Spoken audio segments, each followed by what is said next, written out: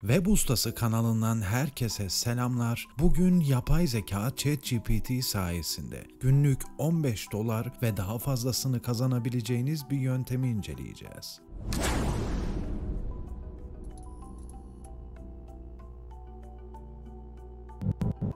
Arkadaşlar, ChatGPT'yi anlatmama gerek yok. Şu anda tüm dünyanın aktif şekilde kullandığı bir yapay zeka uygulaması, hatta en popüler yapay zeka uygulaması. Şimdi öncelikle işimizi yapacağımız platforma doğru gidelim.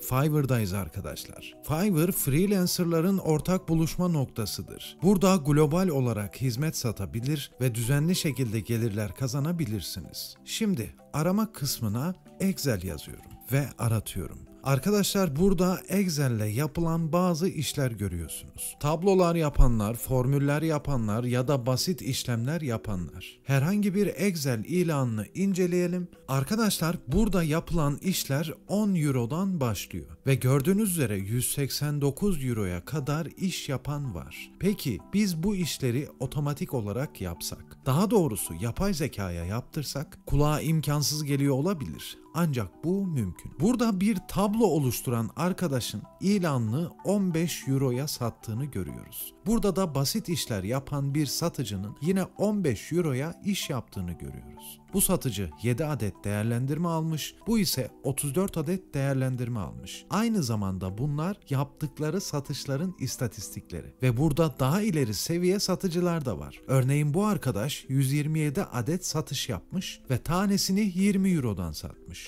Peki bu işin kolay yolu ne? Arkadaşlar, bu işi kolay yoldan yapabilmek için ChatGPT'deki prompt'u düzgün kullanmak gerekli. Aslında bu işin uzmanı olmanıza gerek yok, ancak ChatGPT'yi kullanmayı bilmeniz gerekiyor. Örneğin Excel'le ilgili herhangi bir iş aldık diyelim. Çok basit bir şekilde alıcının size verdiği cümleleri tablo halinde yerleştireceğiz. Yani alıcının isteği bu yönde diyelim. Şimdi size basit şekilde bu tabloyu nasıl oluşturabileceğinizi anlatacağım. Örneğin ChatGPT'ye 20 para kazanma yöntemi hakkında bir Excel tablosu oluşturur musun yazdım ve prompt'a tıkladım. Bakalım sonucumuz ne olacak? Arkadaşlar, gördüğünüz gibi ChatGPT Excel tablosu dahi oluşturabiliyor. Yani buradaki prompt bölümünü düzgün kullandığınızda neler elde edebileceğinizi bir düşünün.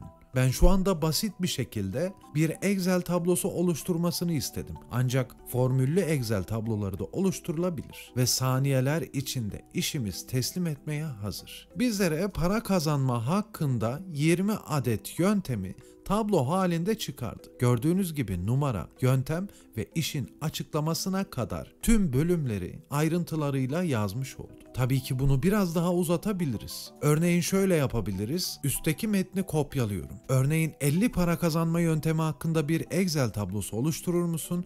Tablo 5 hücre ve 50 sütundan oluşsun dedik ve prompt'a tıkladım. Bakalım karşımıza ne çıkacak? İstediğim 5 hücreyi oluşturdu ve 50 adet sütun oluşturacak ki zaten 50 para kazanma yöntemi istemiştik. Sütunları birbirinden ayırdı ve daha ergonomik bir tablo oluşturdu. Yani videonun en başında söylediğim prompt bölümünü düzgün ve etkin biçimde kullanmak aslında buydu. Dağınık bir işi hiç kimse istemez. Bizler de ChatGPT sayesinde daha derli, toplu ve nitelikli işler yapabiliriz. Ve Fiverr'da bir ilan oluşturup bizler de 10-15 euro gibi satışlar yapabiliriz. Şu anda 1 euro 21 lira 43 kuruş değerinde. 15 euroya bir satış yaptığımızda iş başına 321 lira kazanmış olacağız. Evet arkadaşlar, bugün yapay zeka teknolojisini kullanarak Excel tablosu oluşturmayı ve Fiverr'da bu hizmeti satmayı gösterdik. Kanalıma abone olup bildirimlerini açarak Web Ustası kanalına destekçi olabilirsin. Bol kazançlar.